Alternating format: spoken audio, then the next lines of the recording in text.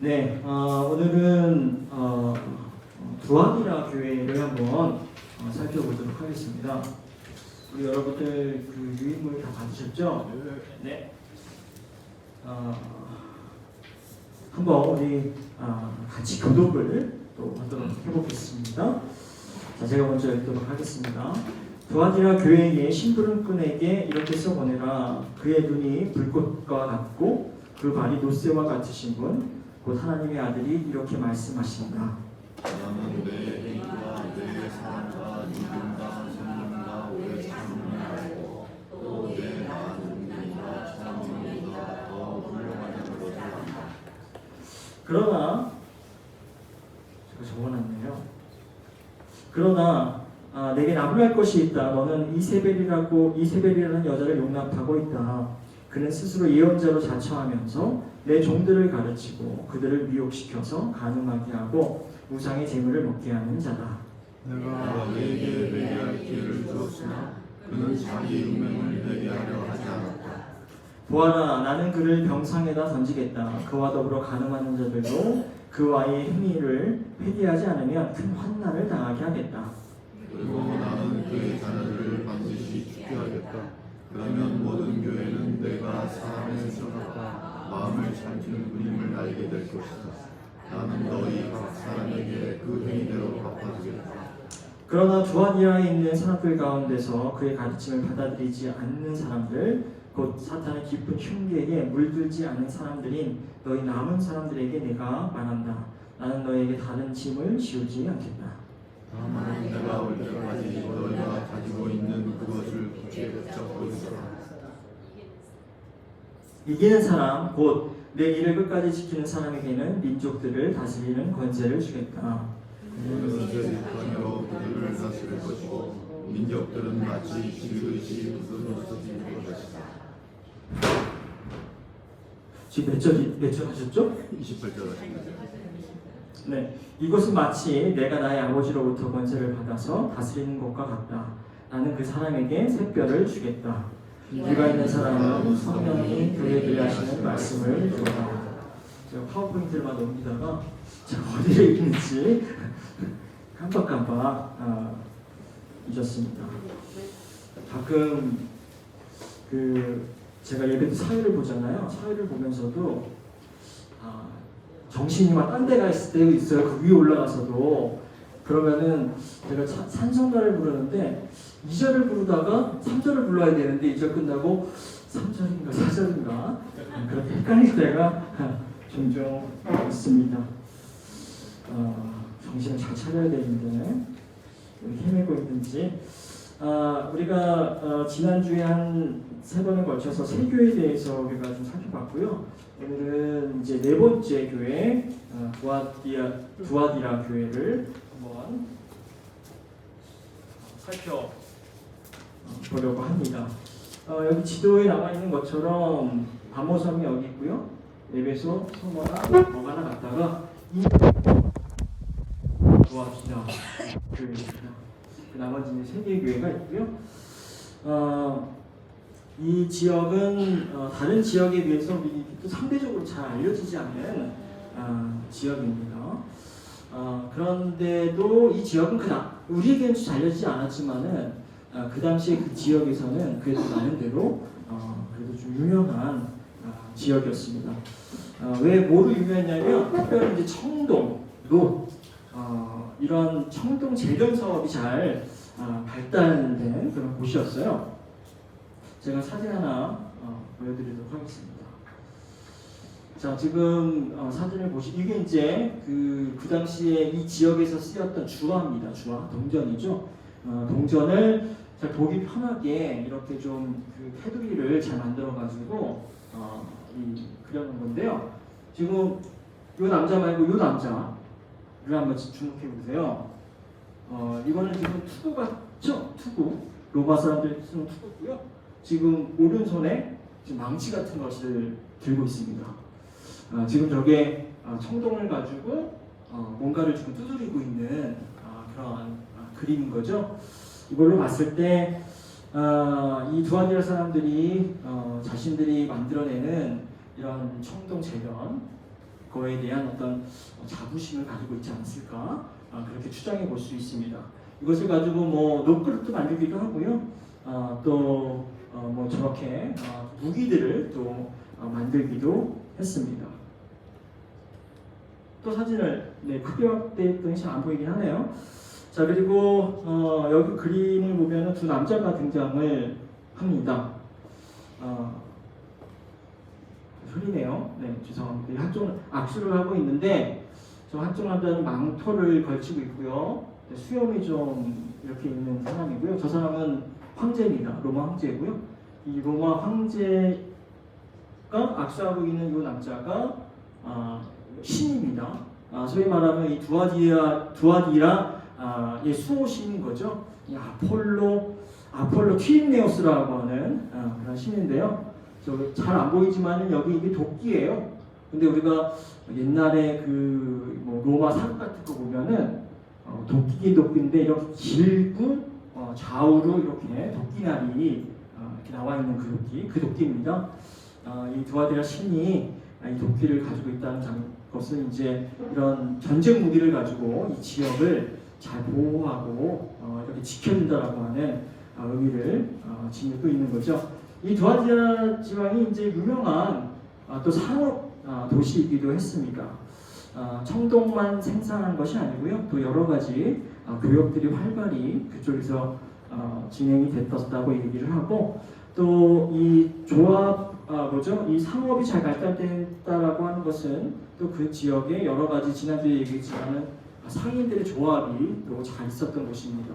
그래서 뭐 빵을 만드는 사람들은 빵 만드는 조합을 만들어서 그들이 같이 공생을 하고 또 뭐 가죽을 만드는 사람들은 또 가죽 조합을 만들어서 그들이 서로 돕고 공생하는 그런 시절을 살고 있었던 그런 지역입니다. 자, 오늘 말씀 보니까 일단 예수님께서 칭찬으로 이 교회를 칭찬하고 있습니다. 시작하고 있습니다. 19절 한번 같이 읽어보도록 하겠습니다. 시작. 나는 내 행위와 내 사랑과 믿음과 섬김과 오래 참음을 알고 또 내 나중 행위가 처음 행위보다 더 훌륭한 것을 안다. 자, 지금 이 말씀을 통해서 우리는 일단은 디아도라 교인들이 이제 칭찬을 받고 있죠. 그리고 이제 칭찬받는 내용을 통해서 신앙인들이 무엇으로 칭찬을 받는지 우리는 알 수 있습니다. 무엇으로 칭찬을 받고 있습니까? 행위에 대한 칭찬이 있고요. 또 사랑, 믿음, 섬김, 오래 참음, 하나, 둘, 셋, 넷, 5개 그렇게 칭찬의 칭찬 내용들이 있습니다. 자, 여러분 한번 여러분 자신들을 돌아보면서 이 가운데 5가지 행위 가운데 칭찬받은 행동 가운데 자기 모습이 있는지를 한번 여러분들이 좀 성찰하는 시간들을 생각해 보시면 좋을 것 같습니다. 나의 사랑, 나의 믿음, 내가 섬기고 있는가, 내가 오래 잘 참고 있는가, 그런 행위들 한번 여러분들이 한번 고민해 보면 좋을 것 같습니다. 제가 5가지라고 얘기했는데 사실은 한 가지 더 있는 것 같아요. 그리고 그 한 가지가 더 중요한 것 같습니다. 그 19절 후반절에 보면 또 나중 행위가 처음 행위보다 더 훌륭한 것을 안다. 이런 말씀이 있습니다. 지금 위에 5가지가 있고요. 또 지금 마지막에 한 가지가 더 있으니까 6가지인데요. 이 6가지 중에서 어떤 게 신앙인에게 제일 어려운 걸까요? 다 어렵지만 다 어렵죠. 네. 다 어렵지만 그래도 여러분이 생각하기에 더 어렵다. 신앙인으로서 이런 신앙을 갖는 것이 더 어렵다라고 여기는 게 뭘까요? 저 개인적으로는 마지막 거, 6번째. 처음보다 나중에 더 열심히 우리가 훌륭해지는 것. 이게 더 어려워지는 것 같습니다. 우리가 처음 우리가 신앙생활 해볼 때를 생각해 보면 처음에는 뜨거웠고 처음에는 열정이 있었고 처음에는 사랑의 마음이 가득했지만 이게 시간이 점점 지나면서 사그러들고 줄어들고 작아집니다. 그런데 이 교회는 칭찬받는 게 나중 행위가 처음 행위보다 더 훌륭해지고 있는 거예요. 자, 이러한 하나님께서 예수 그리스도께서 칭찬하는 이런 칭찬의 내용들을 한번 여러분 생각하면서 우리의 신앙도 처음의 신앙보다 뒤로 갈수록 나중에 신앙이 더 칭찬받고 훌륭해지기를 소망하고 기대해 봅니다.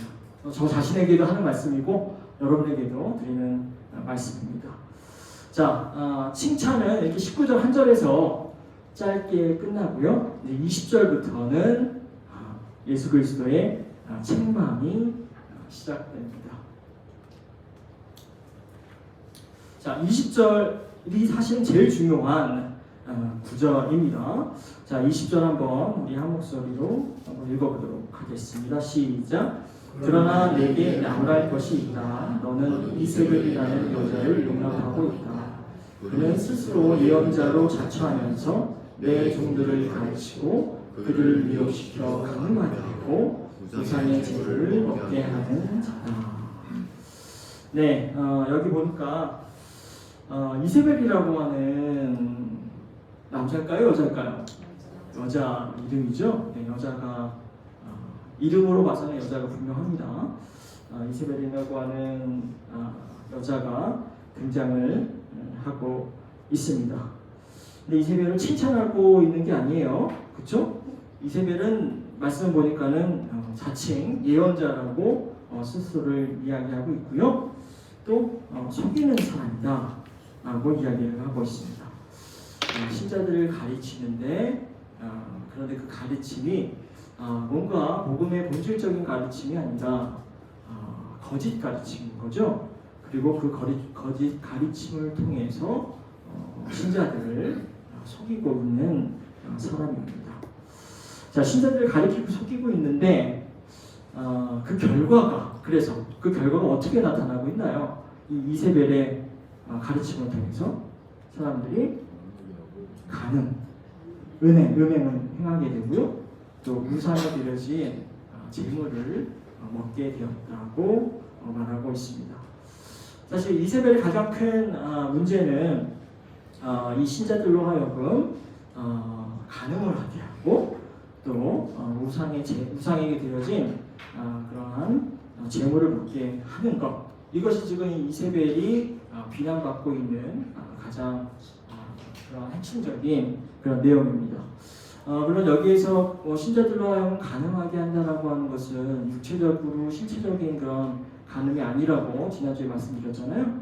그것보다도 이제 우상 숭배를 하게 되는 그런 행위를 총체적으로 이제 간음 행위로 성서 전통에서는 그렇게 이야기하고 있습니다.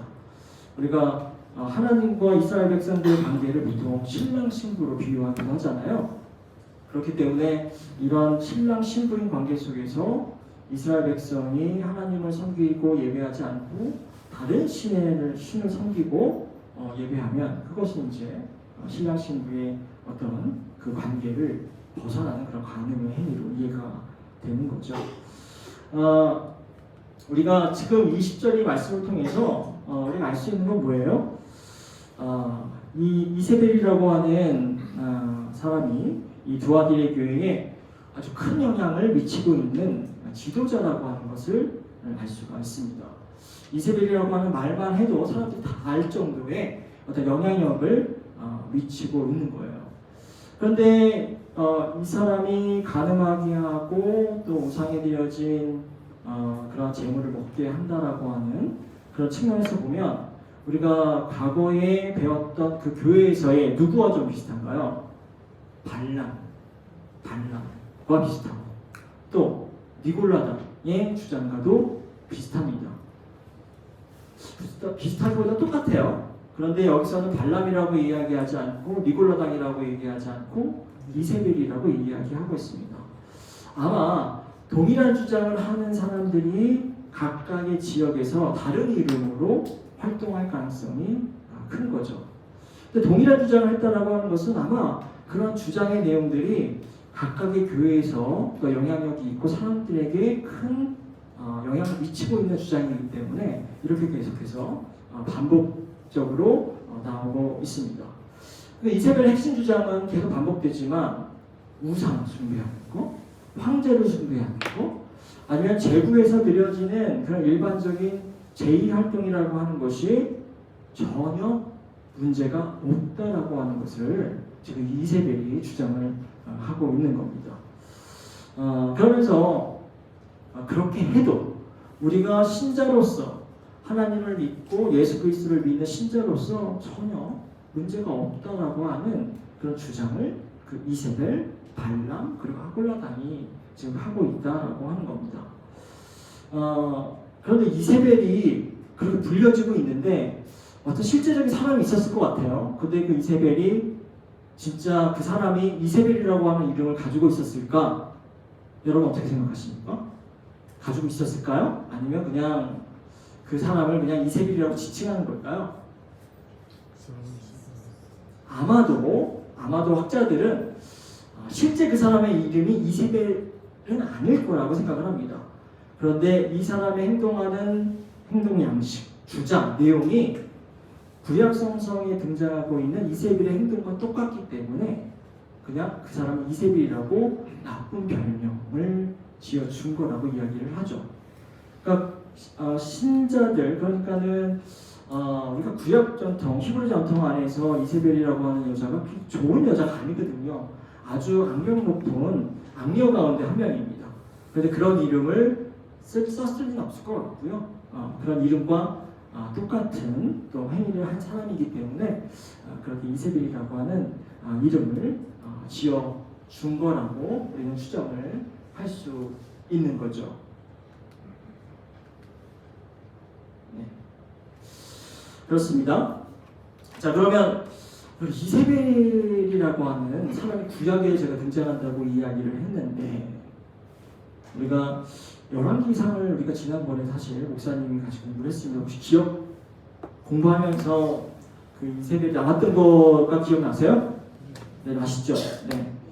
내용은 잘 기억 안 나실 수 있으니까 제가 얼마 지나진 않긴 했지만 저도 한주 지나면 다 잊어버리기 때문에 다시 한번 설명을 드리도록 하겠습니다. 자, 이세벨은요, 우리가 그 이스라엘 아하방이 있었고요. 그 아하방과 결혼한 이방 여인입니다. 이방 여인인데요. 이 아하방과 결혼하면서 여기 나와 있는 것처럼 바알을 섬기는 그런 여인이었습니다. 제가 한번 읽어보겠습니다. 그는 느밧의 아들 여로보암의 죄를 따라가는 정도가 아니라 오히려 더 앞질렀다.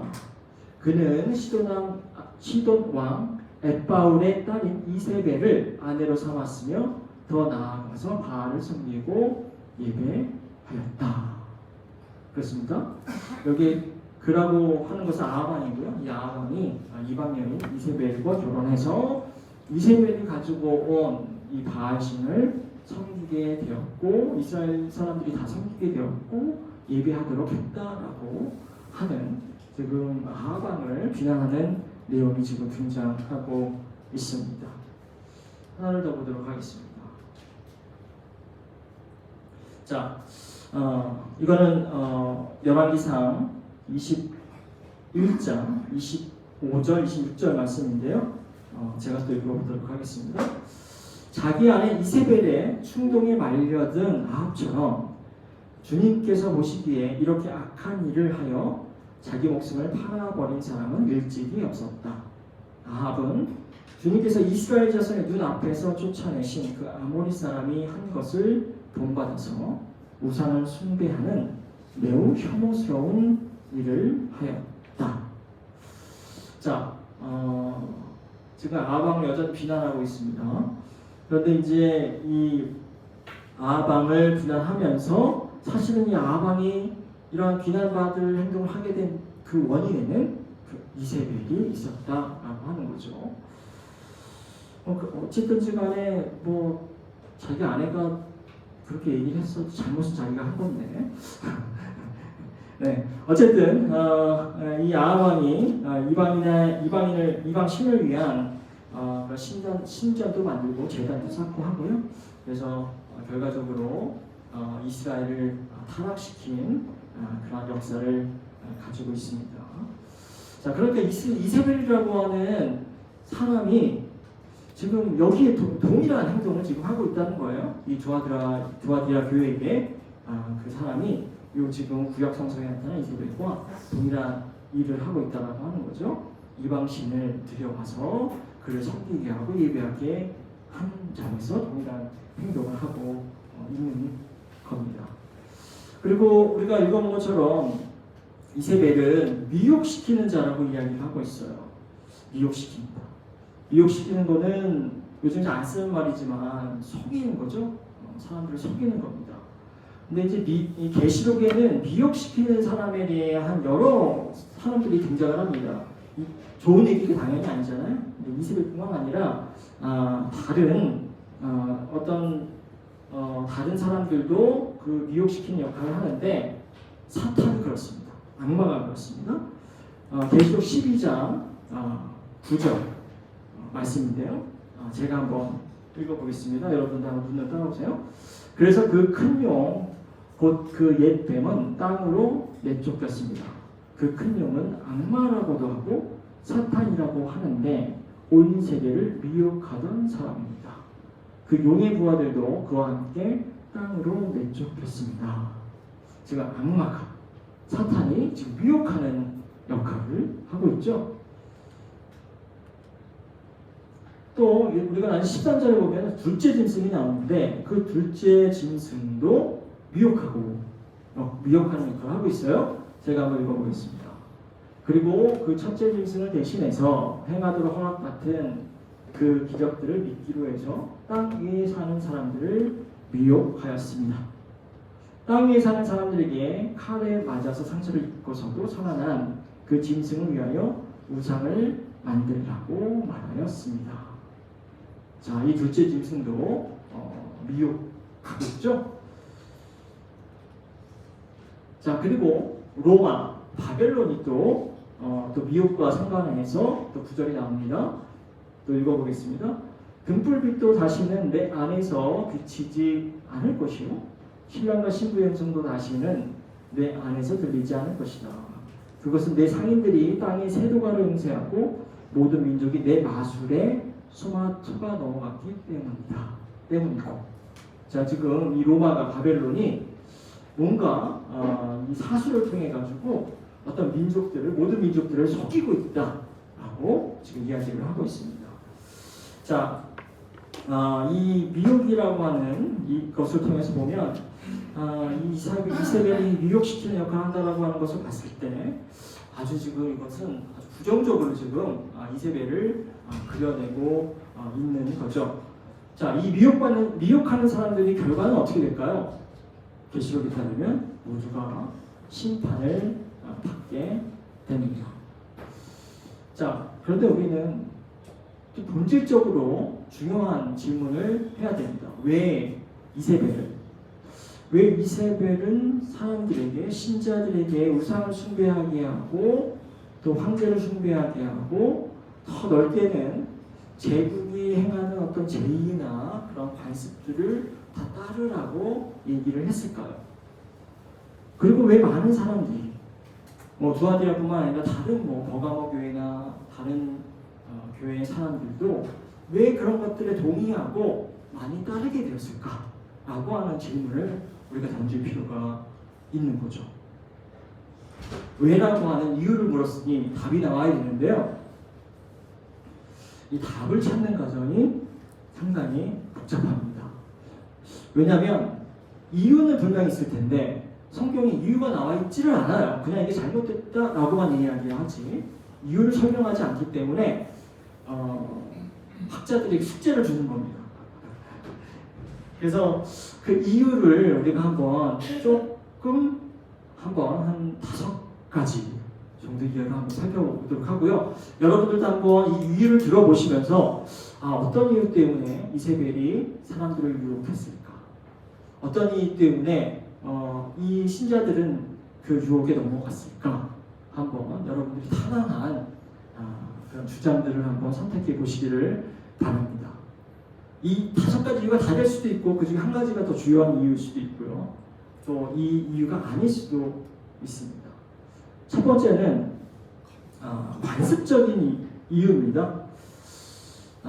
이세벨은요 아마도 사람들에게 이 제국의 의식에 참여하는 거, 제국의 우상들을 숭배하는 거, 제국의 황제를 따르는 거, 이런 것들이 그냥 공기처럼 자연스러운 것이다.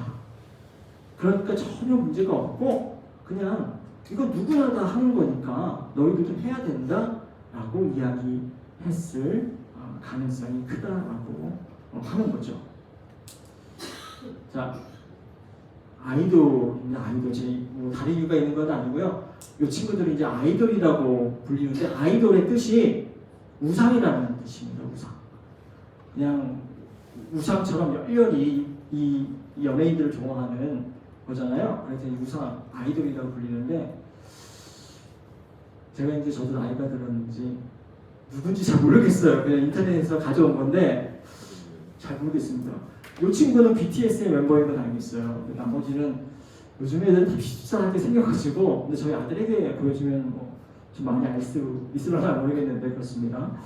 자, 어쨌든 이 아이돌을 그냥 우리가 우리 시대에 이런 연예인들을 막 열광하는 것처럼 그 시대에 그냥 그 시대의 아이돌을 따르는 것이 전혀 문제가 없다 이렇게 주장을 했다라고 하는 거죠. 그러니까 어디를 가든지 신들의 상들이 있고 황제의 흉상이 있고 또 그들에게 기도하고 또 그들을 찬송하고 뭐 하는 것들이 너무 일상의 반경이고 내용이니까 그냥 이렇게 우리도 살아야 되지 않냐 라고 하는 그런 주장을 했을 거라고 하는 거죠. 이것이 이제 관습적인 이유입니다. 자, 두 번째는요, 사회정치적인 이유예요.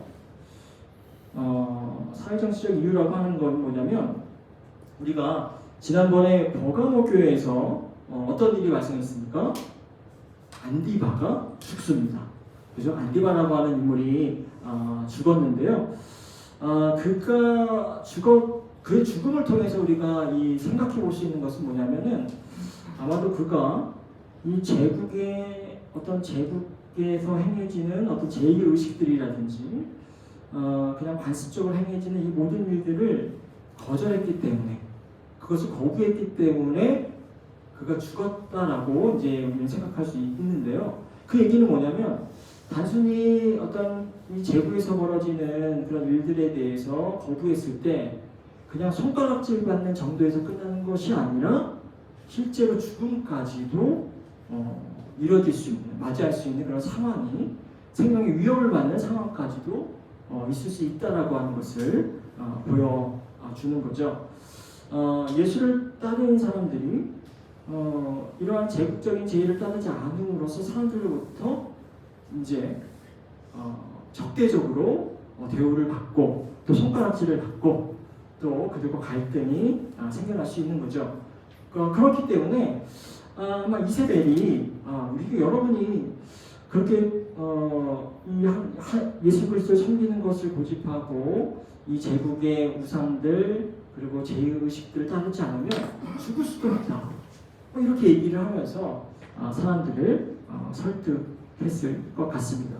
그리고 전에도 몇 번 얘기했지만 신들을 섬기는 거, 신들에게 예배하는 거, 신들에게 기도하는 것은 어떻게 보면 그 당시 당연한 내용이었습니다. 그 신들이 우리 가족을 지켜주고 우리 도시를 지켜주고 우리 도시를 풍요롭게 하는 신들인데 아니 당연히 그 신들에게 우리가 기도할 수 있고 찬양할 수 있고 제사 드릴 수 있는 거지.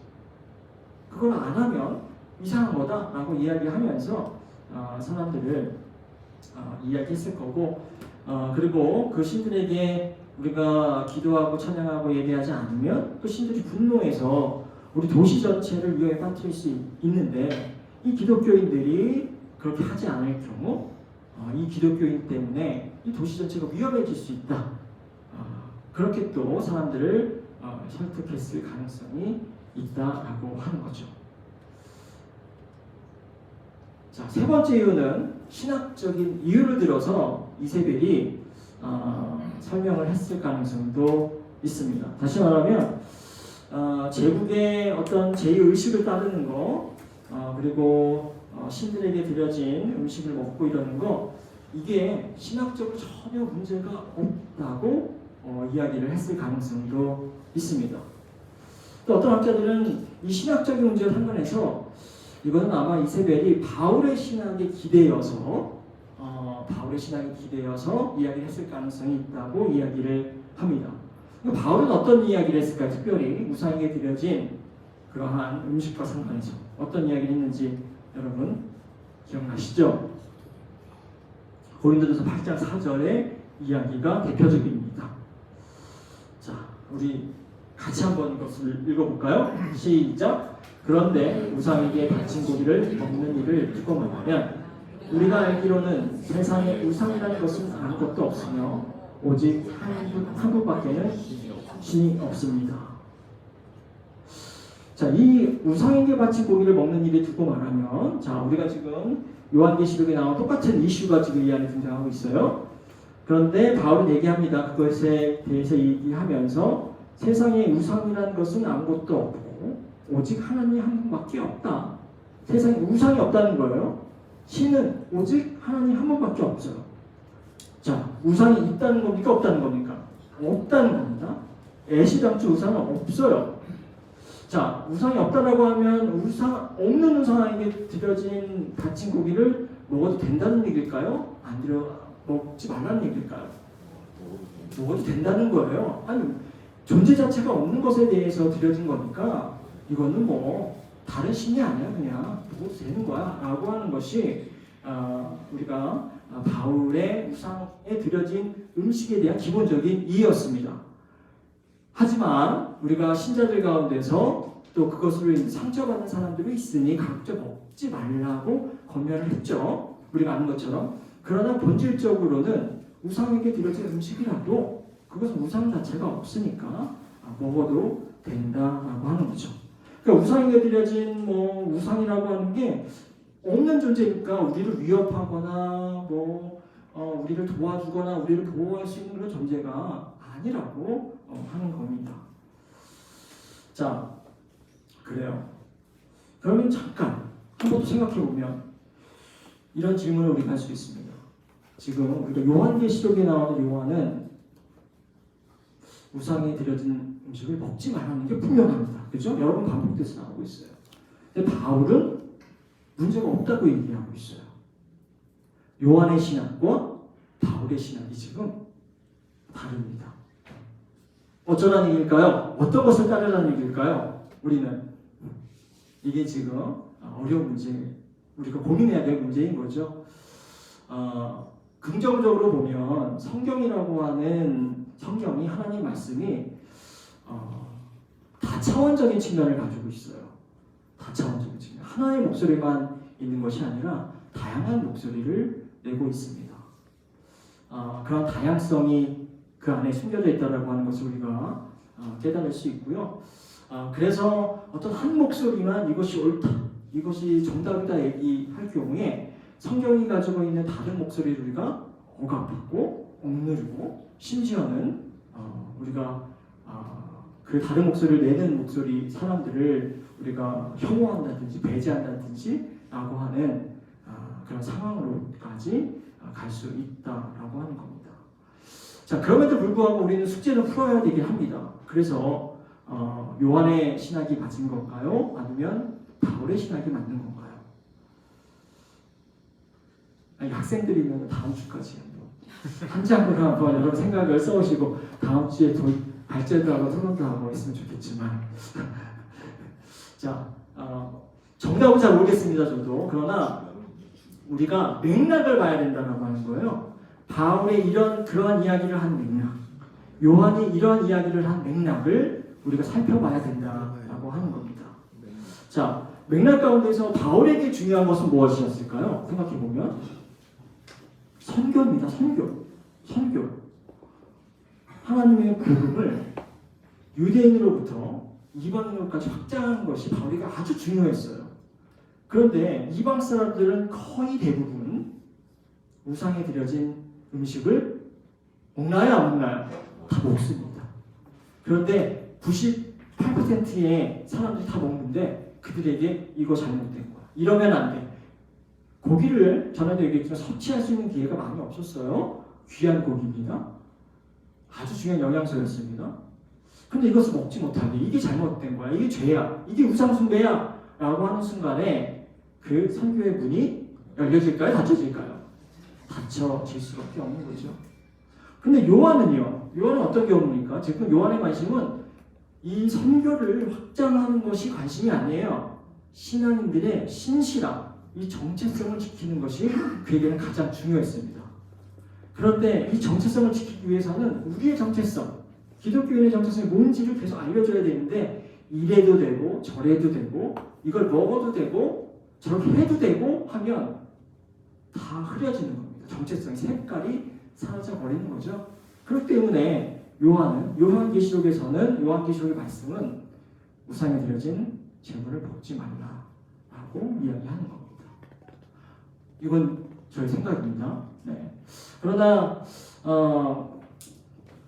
중요한 것은 우리가 하나의 목소리만을 정답으로 생각하지 않고 다양한 목소리들을 우리가 수용하면서 그 목소리가 나온 맥락들, 그 상황들을 좀 이해하려고 하는 그런 열린 마음이 우리에게 필요하다라고 하는 것, 그것을 기억할 필요가 있습니다.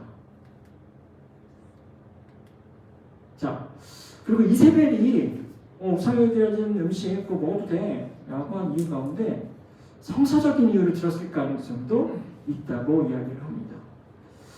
자, 아까 이세벨은 그랬어요. 성서에 나타난 이세벨은 우상을 들여와가지고 숭배하게 하고 이스라엘 타락했다라고 얘기했는데, 근데 성서에도 그런 목소리만 있는 것이 아니라 또 다른 목소리도 있었습니다. 그 얘기는 뭐냐면 성서 안에 등장하는 인물 가운데서도 이방 문화에 어떻게 보면 타협하고 순응하고 받아들여서 그것을 통해서 하나님의 일을 했던 인물들, 바리공이죠.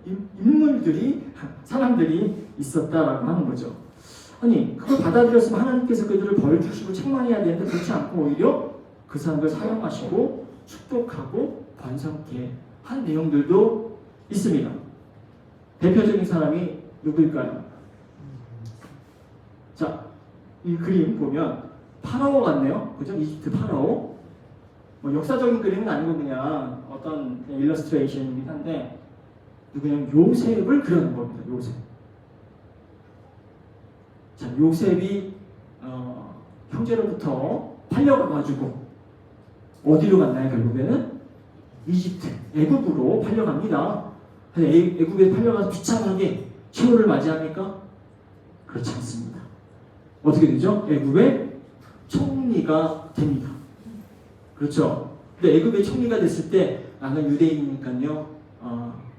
우리 유대 관습, 유대인들이 먹지 말아야 될 거는 절대 먹지 않고 우리 허락된 것만 먹고 뭐 이집트 사람들이 섬기는 신들을 전혀 섬기지 않고 나는 섬긴다는 얘기는 물론 하나님이 그 마음에 있었겠지만 그냥 전통적으로 이집트 사람들이 가지고 있는 그런 신들에 대해서 존중하지 않고 그것들 이단이라고 혹은 우상이라고 했으면 그 요셉이 이렇게 총리의 자리까지 오를 수 있었을까요? 그렇지 않다라고 이야기를 하는 거죠. 자, 또 이건 뭐냐면은 예레미야 선지자의 말씀입니다. 예레미야 29장 4절에서 7절까지 말씀인데요.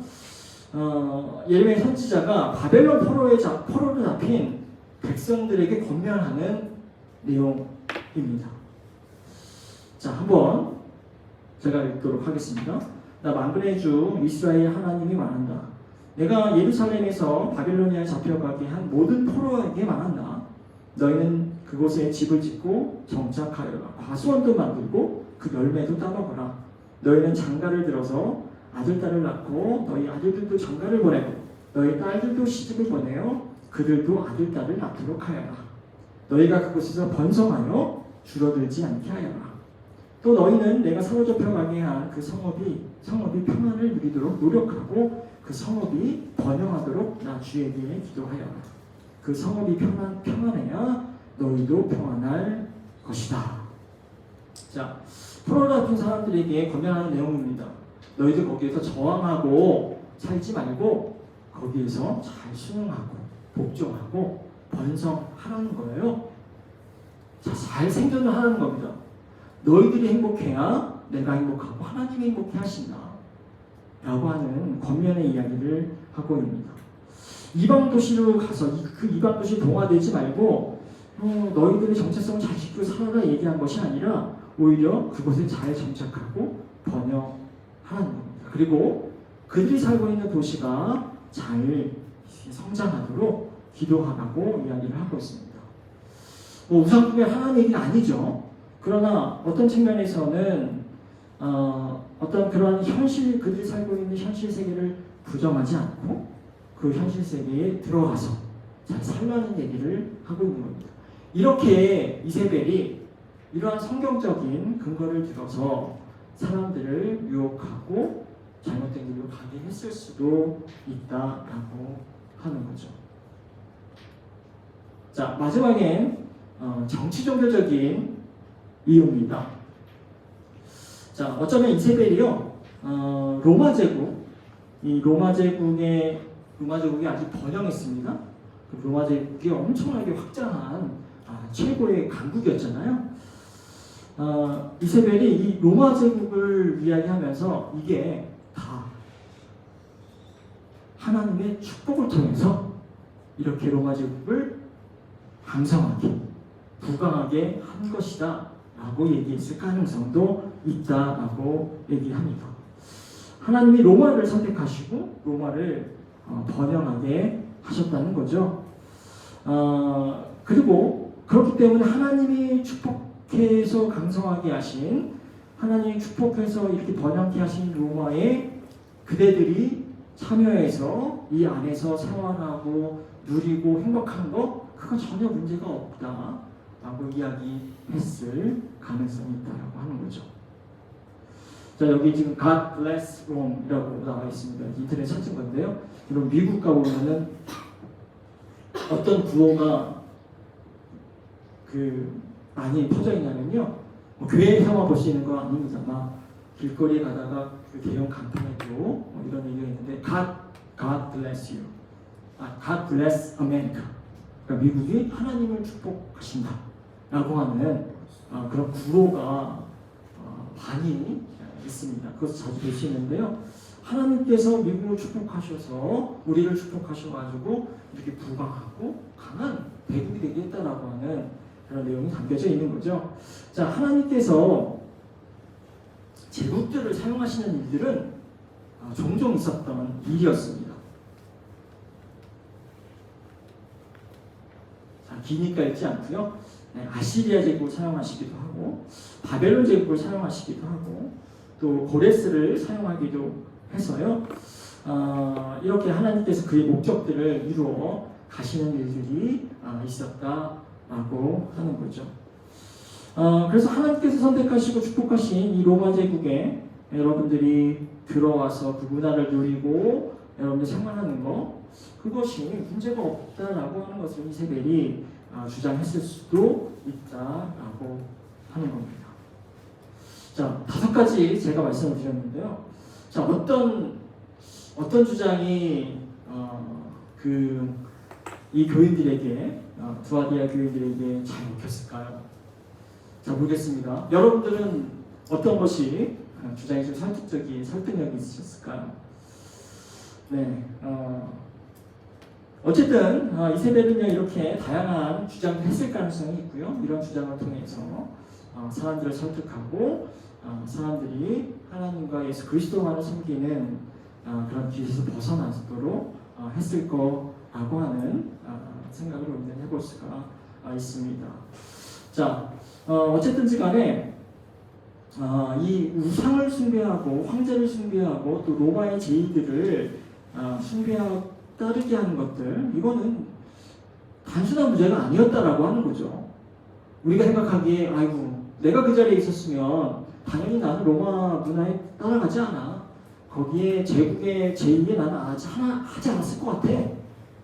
그렇게 우리는 생각할 수 있지만 이 당시에 우리가 그 자리에 있었다고 한다면 지금 이 5가지 주장에 누군가는 다 넘어갔을 가능성이 컸을 거라고 하는 거죠. 그러나 이 요한계시록에 나오는 요한은 그게 잘못된 거라고 이야기를 하고 있는 것은 분명합니다. 자, 제가 복잡하게 5가지 이야기했지만 유진 피터슨이라고 하는 영성가가 있어요.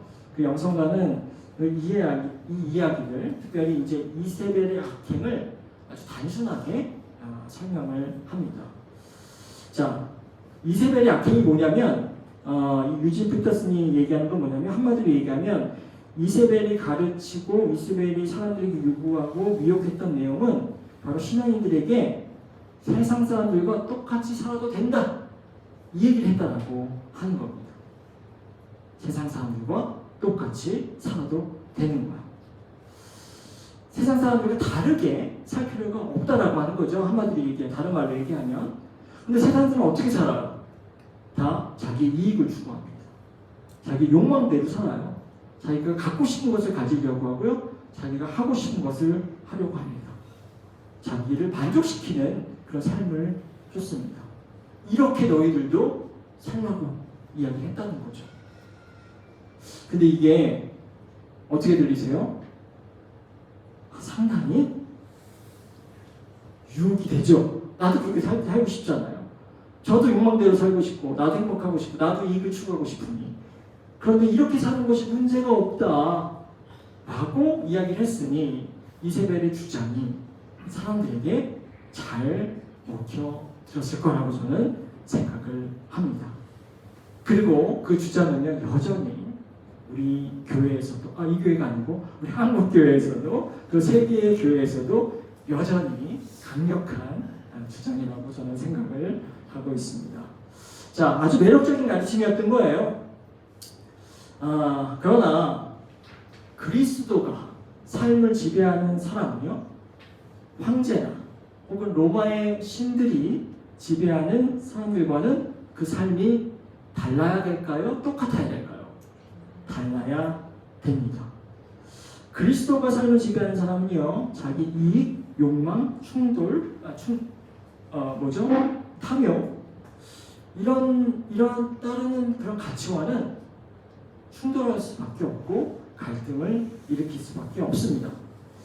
그런데 이세벨은요 그냥 세상의 방식대로 로마의 방식대로 그리고 로마 신들이 삶을 지배하는 방식대로 그렇게 살라고 이야기를 하는 거죠. 차이가 있어야 되는데 그 차이를 다 없애버리자고 이야기를 하고 있는 겁니다. 마무리를 하겠습니다. 좀 더 시간이 조금씩 길어지네요. 어쩌면 우리 안에도 우리 내면에도 이 이세벨은 여전히 우리 안에 있고 여전히 우리 안에 살고 있습니다. 우리는 우리 안에는 하나님과 우리를 분리시키려고 하고요.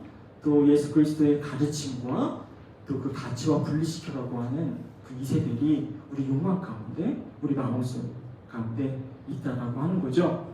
그리고 그 이세벨은 우리에게 속삭입니다. 그냥 세상 사람들의 삶의 방식대로 살라고 그들과 달라지지 않으려고 하지 말라고 그냥 우리에게 여전히 속삭이고 유혹하고 있는 거죠. 그리고 저도 여러분도 그 이세벨의 유혹에 자주 넘어갑니다. 자, 이제 우리가 할 일은요 우리 안에 있는 이 이세벨을 내쫓아야 하는 일입니다. 이세벨이 우리를 지배하지 않고 예수 그리스도가 우리의 삶을 지배하도록 해야 합니다. 그래야 오늘 말씀에 나와 있는 것처럼 우리가 이기는 사람이 되는 것이고요. 또 우리가 여러분과 우리가 다 우리 안에 있는 이세벨을 내쫓을 때에 우리가 사탄의 흉계에 물들지 않게 되는 거고요. 또 다른 그냥 세상 사람과 다른 그런 정체성을 가진 신실한 신앙인으로 우리가 자라나는 것이라고 저는 생각을 합니다. 어려운 일이죠. 네, 욕망과 욕심과 또 자기 이익은 늘 우리가 던져버릴 수 없고 내던지기 어려운 그런 가치입니다. 그러나 그런 이세벨, 그런 목소리를 내는 이세벨을 우리가 끊임없이 물리치도록 노력해야 우리도 진실한 신실한 하나님의 종, 하나님의 제자, 그리스도의 제자가 될 거라고 생각을 합니다. 저와 여러분이 그런 삶을 살아가고 그런 신앙을 갖게 되기를 진심으로 소원하고 기도합니다. 함께 기도하겠습니다. 좋으신 하나님, 오늘 말씀을 통해서 또 두아디아 교회의 모습을 통해서 우리의 신앙을 점검해 보게 하심을 감사를 드립니다. 우리 역시 세상의 가치와 또 세상의 욕망과 또 이익을 추구하며 살고 있습니다. 그리고 세상이 가는 길을 또 따라 살려고 하는 그런 삶을 살아가고 있음을 저희들 회개하고 고백합니다. 하지만 우리의 신앙이, 우리의 삶이 그 이세벨이 아니라 예수 그리스도의 힘과 능력으로 살아가고 지배되는 그런 삶을 살 수 있도록 인도하여 주시옵소서. 세상과 같은 길을 가는 것이 아니라 다른 길, 더 나은 길을 걸어가는 우리 모두가 될 수 있도록 우리를 인도하여 주시고 용기 허락하여 주시옵소서. 모든 말씀 예수님의 이름으로 간절히 기도합니다. 아멘.